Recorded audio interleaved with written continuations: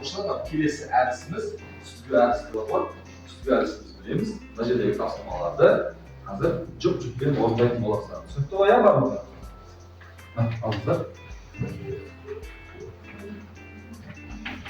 Жұп-жұбымызбен демек екеулеріңіз бірге болмайсыздар. Стикердегі, яғни қызыл жасыл стикердегі есептерді шығармай-ақ жауабы оң немесе теріс бар екенін анықтаңыздар. Түсінікті ма? Яғни көбейтудің немесе азудың қажеті жоқ.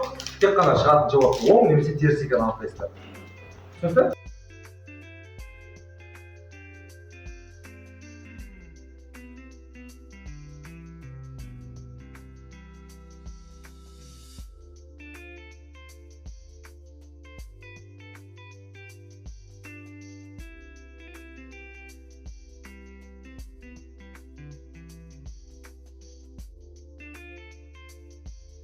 Ал осылар бәрін есептеп болды ма?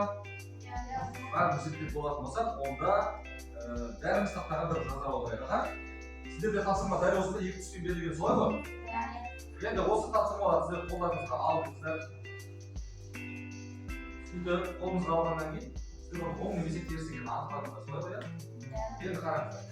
Оң сандар бізде қызыл стикерде болып, оң сандарымыз жасыл стикерде болу керек та, ал теріс сандарымыз қызылда болу керек. Енді әрқайсыларыңыз жұмыстарыңызды жоғары көтеріңіздерші. Көтерейік. Бірінші топ, бірінші алдымен. Енді қараңыздар балалар. Теріс сандар қызыл, ал оң сандар не болу керек? Жасыл. Демек, көрген сендердің топтарында бір есеп қате деген сөз. Түсінікті ғой? Ал мына жақта да бір есеп не болып тұр? Қате болды. -12 20-ны қоссаңыздар азайтылып кетіп үлкен таңбасымен 10 сан шығады. Демек, мынау қате. Сіздерде қанша қате бар? Сіздерде де бір қате бар. Бірінші топта, екінші мына жақтағы жұптарымызда бір қате бар. Сіздерді жоғары көтереміз. Бұларда да бір қате. Сіздерді жоғары көтерейік.